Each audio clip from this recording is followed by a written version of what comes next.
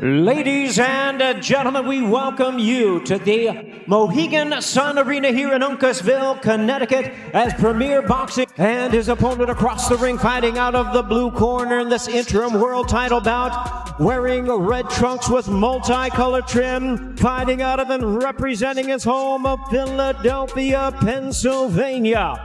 He weighed in at a trim and ready 145 and 1/2 pounds. He is undefeated in his campaign in the ring with an outstanding record of 29 wins, no losses, one no decision, with 27 big wins coming by way of knockout. Here is the hard-hitting IBF #1 ranked welterweight contender whose last 19 wins have all been by knockout. Introducing the reigning, defending, undefeated IBF welterweight champion of the world, Jaron Boots Ennis. The bell rang, and there was no slow start at all. Jaron Boots Ennis began changing stances immediately, firing quick combinations and keeping Xander Zayas thinking from the very first moment. Ladies and gentlemen, damas y caballeros, the time has come for the main event of the evening. 12 rounds of boxing scheduled for the unified WBO and WBA 154-pound championship of the world, 153 and 1/2 pounds. Y su rival en la esquina roja, Puerto Rico's future of boxing, holds a record of 22 wins, no losses, with 13 wins coming by way of knockout. San Juan, Puerto Rico. Ladies and gentlemen, here is the undefeated, reigning and defending WBO Junior Middleweight Champion of the World. Damos la bienvenida al futuro del boxeo en Puerto Rico, Xander Zayas.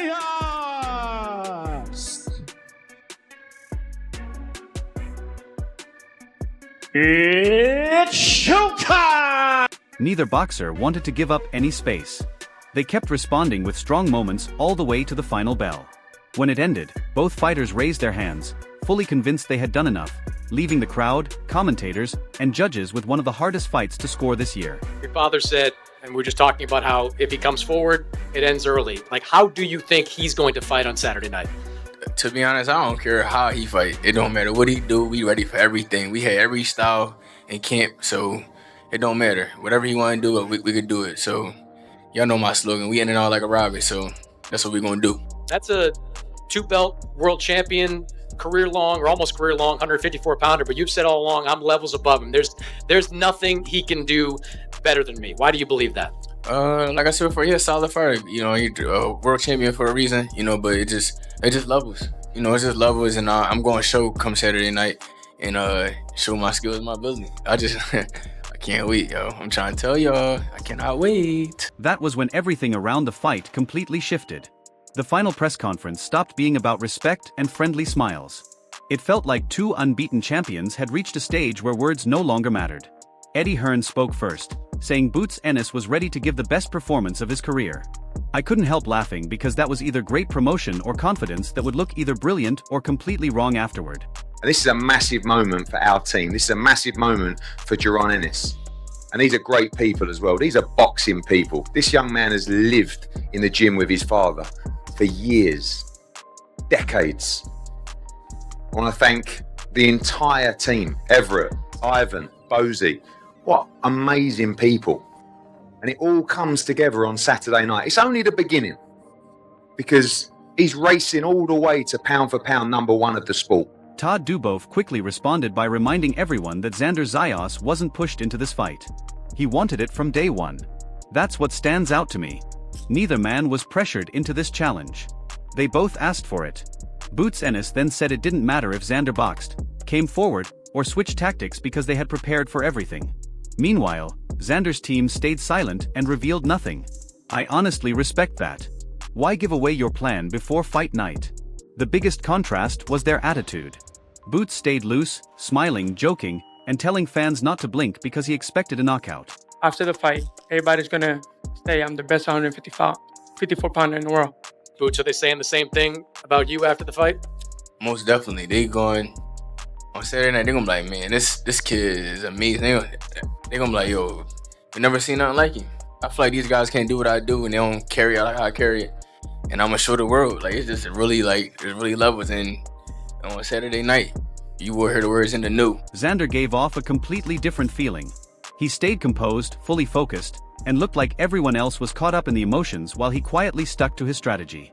That's why I liked the moment when Boots brushed aside the flat-footed criticism and simply said, "We'll find out Saturday." No long speech, no extra drama, just one confident champion responding to another. That's what makes this fight special. Both fighters believe they're operating at a higher level. Both camps are convinced they've solved every question, and neither plans to step back. One says there are different levels. The other believes he's already at the top. In boxing, only one man's confidence holds up while the other's gets tested the hard way. That's why this is more than just another title fight. It's two futures colliding inside the ring. I think I do everything above everybody. I feel like I always make the adjustments, and that's what great fighters do. I'm not going to sit here and take away credit from what he is as a fighter. He's a great fighter, and I've always said it. And Saturday night, I will prove why I'm better than him. This is where Boots Ennis' father quietly changes the entire discussion. While the final press conference was filled with bold promises and both champions saying they would prove they're the best at 154 pounds, he sounded like someone who wasn't interested in headlines. His only concern was winning the fight. That's a different kind of confidence. What stood out first was how calmly he repeated that people still haven't seen the best version of Boots. Trainers, sparring partners, and former fighters have said the same thing for months. But hearing it from the man who's been there since the beginning makes you wonder if Boots still has another level left to show. Then he surprised me by giving Xander Zayas genuine respect instead of trying to tear him down. He admitted Xander is a unified champion, admitted he didn't have to accept this fight, and even praised him for chasing greatness. So what does that mean for you when being on the opponent's side, when you see that, when you kind of, like, what does that behavior mean? Well, I've been said that he was too big. He was going to move up anyway. So, you know what I mean? But he's taking a chance, you know what I mean? And he want to be great. So, I mean, like I said, I respect Xander for taking the fight. A lot of guys didn't want to fight me. Right. But talk about that respect, because he's a unified champion. He's not even just kind of a star alone. He's a unified champ, giving opportunity to a guy that a lot of people didn't want to. And he didn't have to take the fight.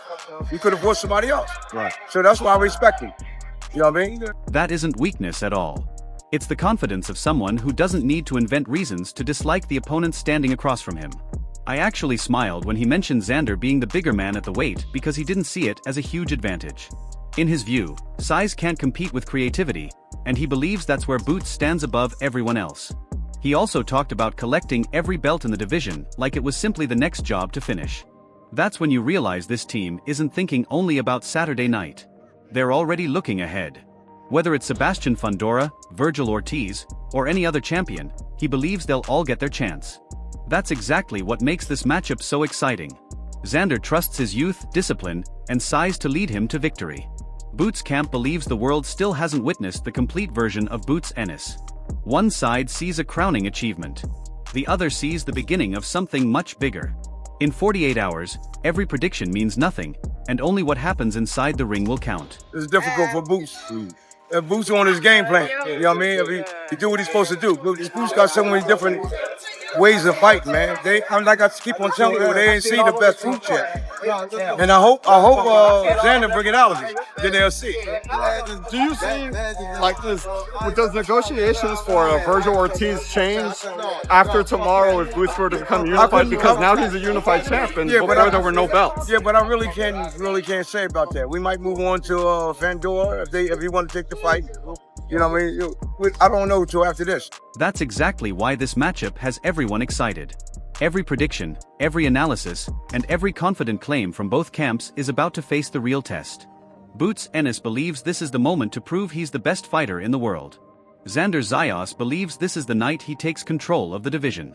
One dream will come true, while the other fighter will have to rebuild from there. Now it's your turn. Who are you picking, Jaron Boots Ennis or Xander Zayas? Will we see a career-defining performance, or is the young champion about to surprise the boxing world? Drop your prediction and scorecard in the comments. This conversation is only beginning. And don't forget to like, share, and subscribe to Boxing Headquarters for more boxing news, fight breakdowns, and reactions. I'll catch you in the next one.